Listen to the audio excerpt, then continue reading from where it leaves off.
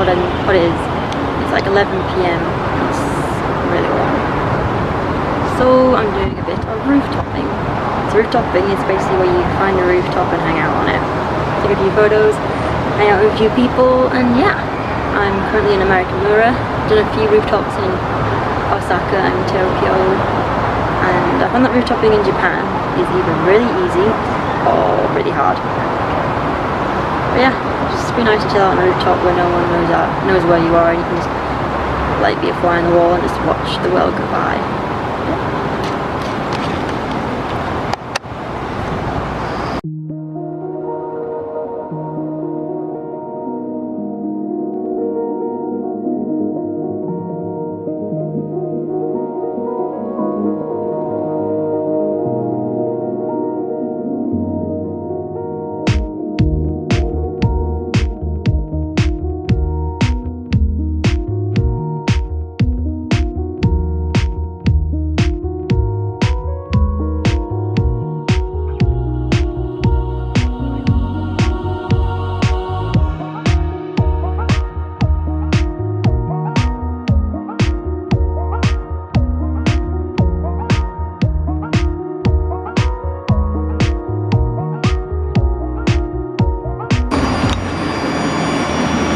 Rooftoping in Osaka.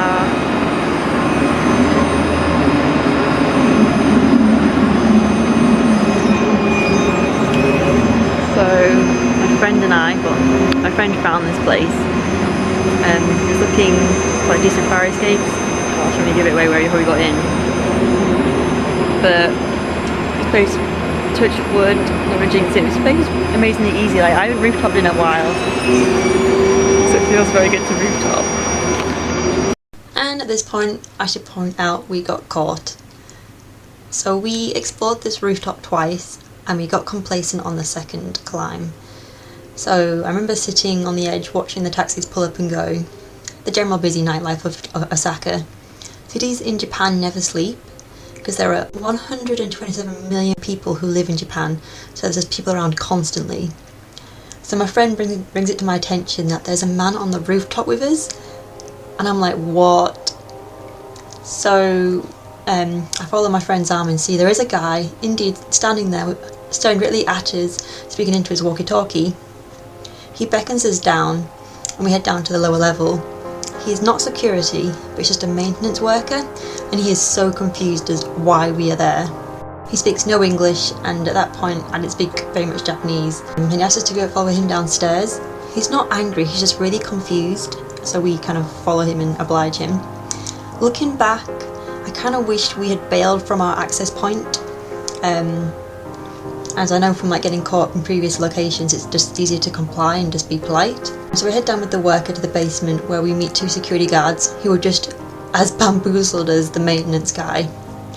They've actually awoken their boss, who was sleeping downstairs, and he turns up shortly. So the boss appears and he's looking sleepy, but he doesn't really engage with us. They ask us to wait, and I asked if they've called the police in Kisetsu. Annoyingly, there's two words to police officer in Japanese, and they keep avoiding my gaze, and they're being ambiguous about whether the police have been called or not. At that point, I was beginning to get nervous. I had just accepted a job to teach English, and I didn't want to obviously make that worse. At this point, obviously, the worst case scenario is running through my head of being deported. I highly doubted it, but still. So they ask us to wait, show us how we got on the roof, so we show them, and we continue to wait. At that point, I wish we just apologised and just walked away. Half an hour later, 4 police officers appear with expressions ranging from confusion to annoyance. They question the security officers and ask for our IDs. They don't speak confident English. One of them Google translates this on his phone, saying, "Did you know it was wrong to climb on the roof?"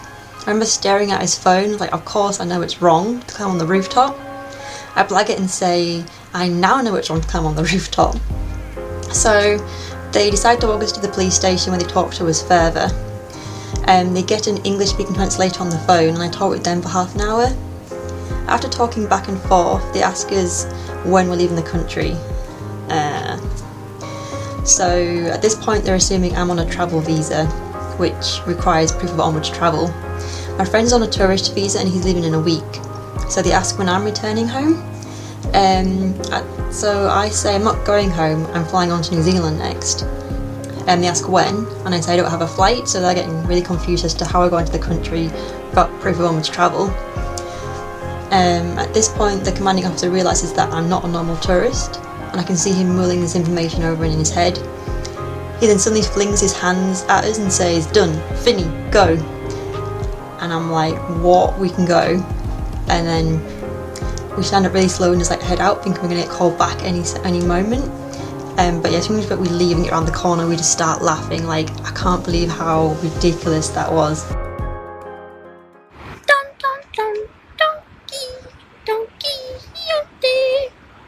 But yeah, the bottom line with rooftoping is never get complacent. But yeah, rooftoping is awesome. I've done it a bit there, here, and everywhere. And as I said, in Japan it's either really easy or really hard. Because in Japan they make use of all the space available to them because their houses are obviously quite small and quite cramped. So on the rooftop they use it for drying clothes, storing things. They put their water tanks on the roofs a lot. So yeah, I did a few rooftops in Osaka and a few in Tokyo. Me and my friend rooftop twice in Tokyo. We used it to kind of wild urban camp. One we did on an apartment block, and the other we did in like a junction of a road, which was right next to a crossing. So all night we just heard boop boop boop boop. Yeah, that's me the morning after. So I hope you enjoyed my cautionary tale about rooftoping. Just remember, never get complacent.